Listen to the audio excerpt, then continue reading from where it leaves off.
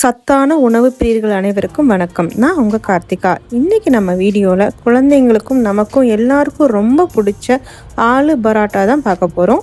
ஆலு பரோட்டா பண்ணுறதுக்கு நான் 5 சின்ன சின்ன உருளைக்கிழங்கு எடுத்திருக்கேன். இதை கட் பண்ணி நம்ம ஃபஸ்ட்டு பாயில் பண்ணி எடுத்துக்கலாம்.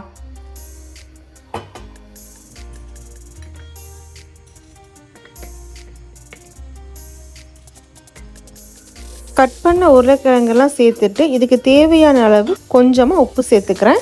உருளைக்கிழங்கு நல்லா பாயில் ஆகிடுச்சு. இப்போ நம்ம ஸ்டவ்வை ஆஃப் பண்ணிவிட்டு உருளைக்கிழங்கை எடுத்துடலாம்.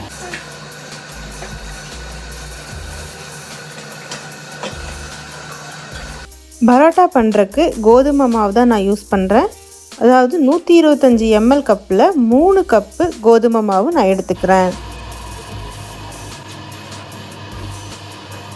இந்த 280 ml கப்பில் நான் 1.5 கப்பு தண்ணி சேர்த்துக்கிறேன்.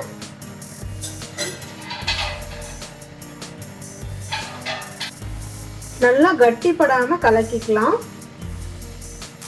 எனக்கு இந்த கன்சிஸ்டன்சி வர்றது கொஞ்சம் பத்தலை, அதனால் நான் இன்னொரு 50 ml தண்ணி சேர்த்துருக்கேன். இந்த மாதிரி லிக்விடாக இருக்கிற மாதிரி கரைச்சிக்கலாம். நம்ம வேக வச்சு ஆற வச்சிருக்கிற உருளைக்கிழங்கு தோலெல்லாம் உரித்து துருவி எடுத்துக்கலாம். உருளைக்கிழங்குலாம் தோலை உரித்து சுத்தம் பண்ணி எடுத்தாச்சு. இதை நம்ம சின்ன சின்னதாக துருவி எடுத்துக்கலாம்.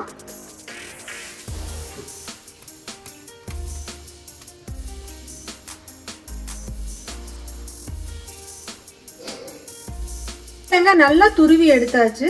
இதில் நான் 1/2 டீஸ்பூன் மஞ்சள் தூள், சீரகத்தூள், கிரஷ்டு ரெட் சில்லி சேர்த்துக்கிறேன். 2 டீஸ்பூன் பெரிய வெங்காயம் கட் பண்ணது, 1 ஸ்பூன் சாப்டு சில்லி. இந்த பொட்டேட்டோவுக்கு தேவையான அளவு உப்பு சேர்த்து நல்லா பிசைஞ்சுக்கலாம்.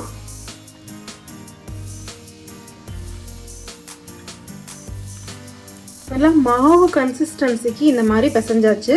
இப்போ இதை நம்ம கலக்கி வச்ச கோதுமை மாவு கூட ஆட் பண்ணிக்கலாம். நம்ம கலக்கி வச்ச கோதுமை மாவில் இன்னும் நம்ம உப்பு சேர்க்கலை. இப்போ இந்த கோதுமை மாவு கலவை உப்பு சேர்த்துக்கிறேன். உப்பு சேர்த்து கலந்து விட்டுக்கலாம். இப்போ நம்ம மேஷ் பண்ணி ரெடியாக வச்சிருக்கிற பொட்டேட்டோவை அதில் கொஞ்சம் கொஞ்சமாக சேர்த்துக்கிறேன்.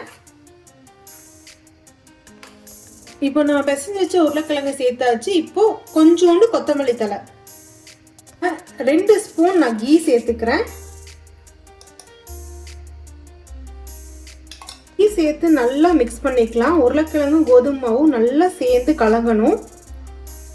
ஒன்னோடு ஒன்று மிக்ஸ் ஆனாதான் நமக்கு ஆலு பரோட்டா சாஃப்டா கிடைக்கும்.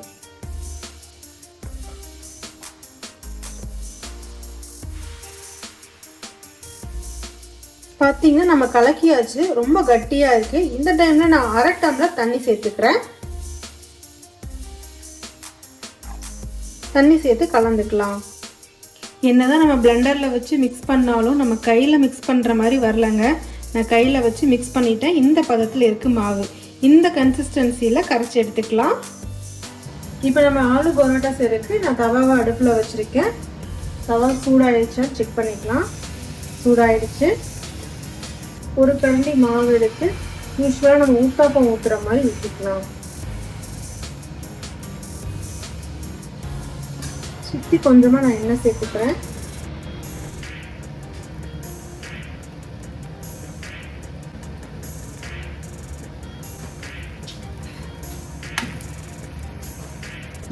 திருப்பி போட்டு கொஞ்சம் வெந்ததுக்கு அப்புறம் நம்ம லைட்டாக அப்படி ப்ரெஸ் பண்ணி விட்டுக்கலாம்.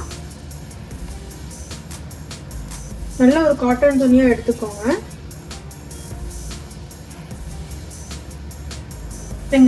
சூப்பராக சாஃப்டாக, எவ்வளோ சூப்பராக ஆலு ஸ்டஃப் பண்ணி நம்ம எடுத்தால் கூட இந்த அளவுக்கு சாஃப்டாக வராது. எப்படி பூரி மாதிரி இப்படி வருது நீங்களே பாருங்கள். அழகாக சூப்பராக ரெடி ஆகிடுச்சு. இது மேலே கொஞ்சம் கீ தடவி நம்ம எடுத்துடலாம்.